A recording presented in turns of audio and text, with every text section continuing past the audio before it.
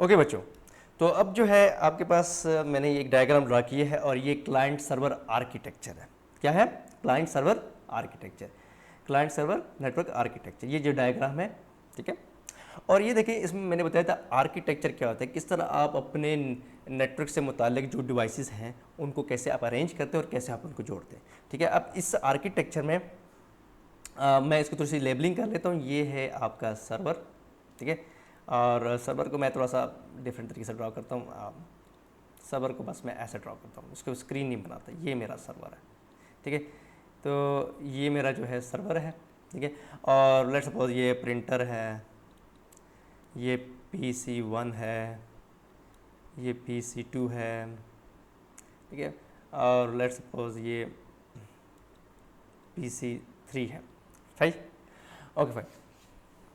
तो ये तमाम के तमाम जो कंप्यूटर्स हैं, ठीक है, ये किस तरह अरेंज है और उसकी कनेक्टिविटी कैसे आपस में हुई है, ठीक है। ये क्लाइंट सर्वर आर्किटेक्चर कहलाती है।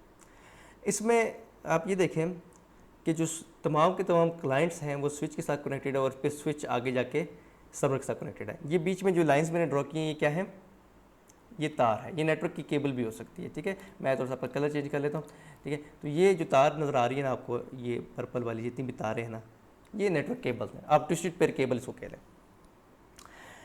तो अब क्लाइंट सर्वर आर्किटेक्चर में होता क्या है?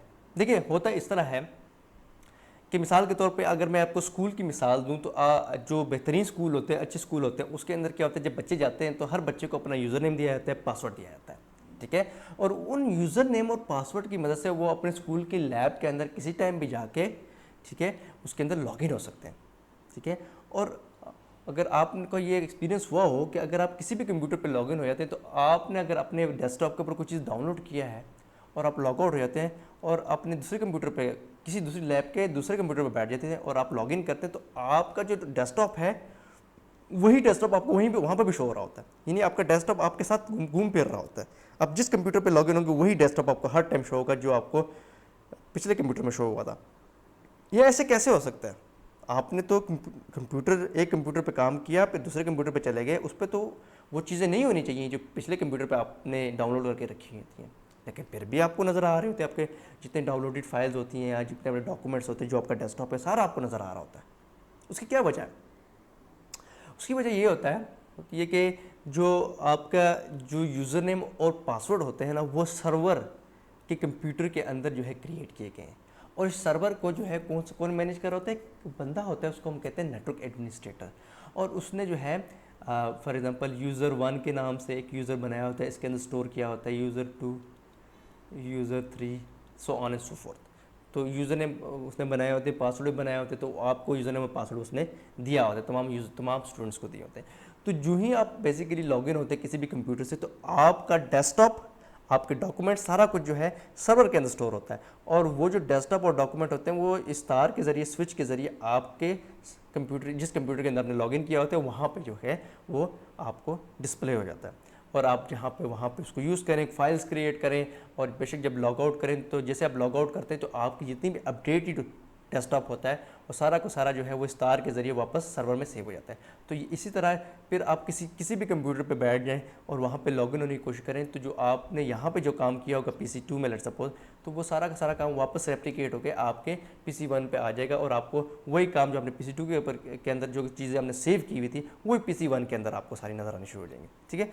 तो आपका जो जितनी प्रोफाइल होती है, आपका डेस्कटॉप होता है, वो कहाँ सेव होता है? सर्वर में सेव होता है, ठीक है। और ज़ाहिर बात है, जब आप सर्वर के बने हुए यूज़र से लॉगिन होते हैं तो जो एडमिनिस्ट्रेटर होता है, जिसने यूज़र बनाए होते हैं, उसने रिस्ट्रिक्शंस लगाई होती है। मिसाल के तौर पे स्कूल्स के अंदर जो है वो वेब ब्राउज़र जो है वो उन्होंने डिसेबल किया होता है, ठीक है, फॉर एग्जांपल, ठीक है।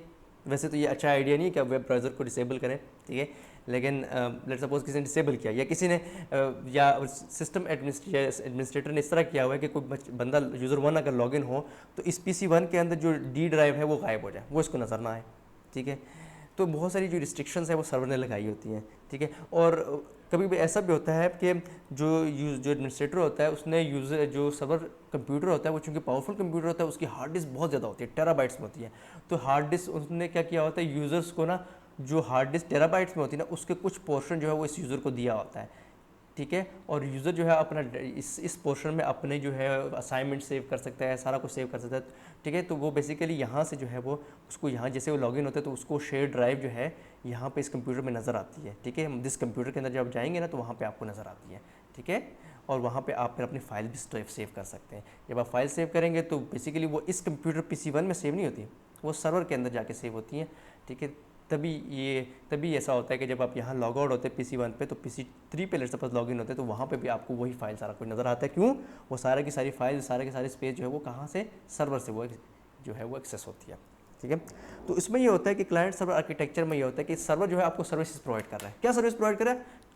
आपको वो हार्ड डिस्क शेयर की है उसने, हार्ड डिस्क की हार्ड डिस्क स्पेस प्रोवाइड कर रहा है, ये एक सर्विस होगी, ठीक है। अब बहुत सारे ऐसे सॉफ्टवेयर होते हैं जो सर्वर के अंदर इंस्टॉल होते हैं, क्लाइंट के अंदर इंस्टॉल ही नहीं होते हैं, आप उनके वो सॉफ्टवेयर यूज़ कर सकते हैं सर्वर के अंदर जो इंस्टॉल होते हैं, ठीक है। तो सर्वर का काम क्या है? आपको सर्विसेज प्रोवाइड करना। आप ये भी हो सकता है ना कि आप इन PC1 PC2 के अंदर कोई सॉफ्टवेयर इंस्टॉल ना हो, आप उस पर इंस्टॉल हुए सॉफ्टवेयर जो है वो आप यूज़ करें, ठीक है। बहुत सारे लोग जो है वो उसमें ये भी होता है कि अगर कोई बंदा है वो यहाँ पे सर्वर कंप्यूटर के ऊपर जाके पबजी इंस्टॉल कर दे और पबजी का सर्वर इधर बना दे, तो बाकी PC1 PC2 PC3 जो है वो उसको ज्वाइन भी कर सकते हैं, ठीक है। तो गेम तो बेसिकली कहाँ चल रही होती है? सर्वर के ऊपर चल रही होती है। लेकिन क्लाइंट कंप्यूटर क्या होते हैं? बस यहाँ से कीबोर्ड और माउस, यहाँ से उनका काम यहाँ से कीबोर्ड और माउस से कमांड्स दे रहे होते हैं, ठीक है। और जो सर्वर है गेम वहाँ चल रही होती है वो, ठीक है। वो जो कमांड कीबोर्ड माउस से देते हैं वो इस तार के जरिए जाते हैं और सर्वर के पास जाते हैं। सर्वर जो है उस कमांड के अगेंस्ट प्लेयर को आगे मूव करते हैं और रिजल्ट जो है वो आपके कंप्यूटर की स्क्रीन पे शो करता है। तो क्लाइंट सर्वर आर्किटेक्चर है, उसमें क्या होता है कि जो सर्वर होता है वो क्लाइंट को सर्विसेज प्रोवाइड करता है और क्लाइंट उस सर्विस को यूटिलाइज करके अपने जो भी प्रॉब्लम है उनको सॉल्व करता है, ठीक है। और क्लाइंट जो है वो server as a server act नहीं कर सकता, ठीक है, क्योंकि वो तो सर्विसेज ले रहा है। और सर्वर जो है वो एज अ क्लाइंट एक्ट नहीं कर सकता क्योंकि वो तो सर्विसेज किसी क्लाइंट से ले तो नहीं रहा है, बल्कि वो तो सर्विसेज खुद दे रहा है, ठीक है। तो होपफुली आपको क्लाइंट सर्वर आर्किटेक्चर समझ आ गया होगा, ठीक है।